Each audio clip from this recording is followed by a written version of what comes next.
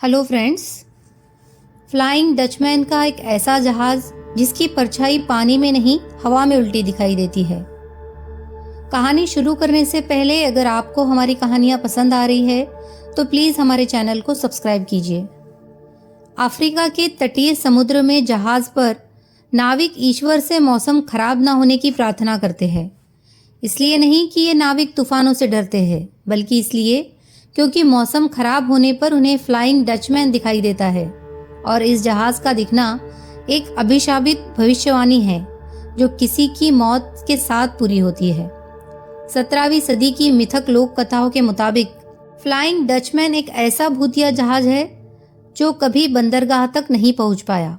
इन मिथक कथाओं के अनुसार इस भूतिया जहाज को तेज रोशनी फेंकने वाले जहाज के तौर पर देखा जाता है और जब यह रोशनी किसी को दिखाई देती है तो वो जल्द ही मौत की नींद सो जाता है।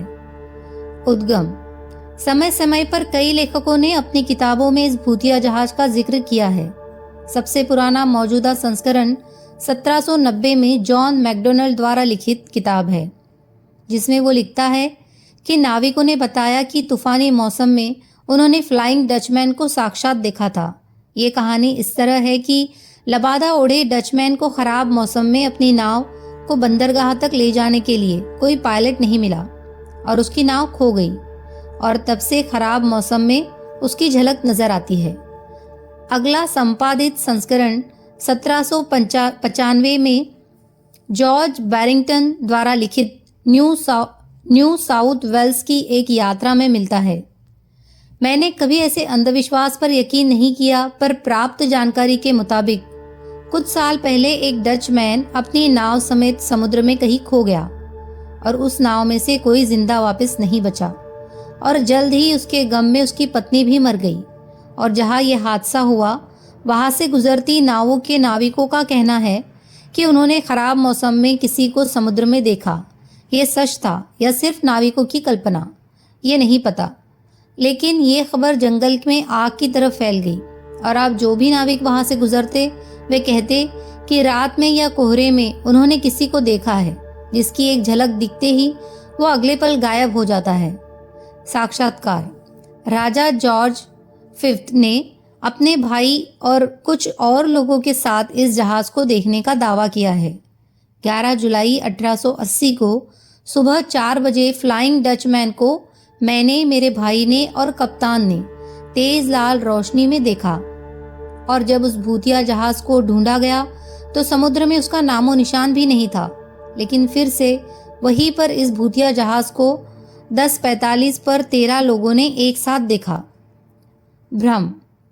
एक जहाज पर कुछ नाविकों ने कोहरे में कुछ दूरी पर आसमान में एक समुद्री जहाज की उल्टी परछाई देखी, जिसे देखकर वो डर गए और उनमें से एक बोला कि ये भूतिया जहाज एक अपशकुन है और अब उनमें से कोई भी बंदरगाह तक नहीं पहुंच पाएगा।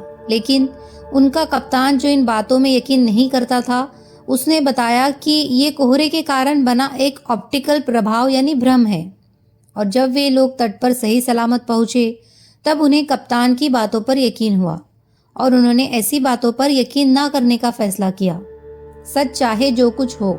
लेकिन फ्लाइंग डचमैन की इस छवि को टीवी और फिल्मों में काफी प्रभावी तरीके से इस्तेमाल किया गया है।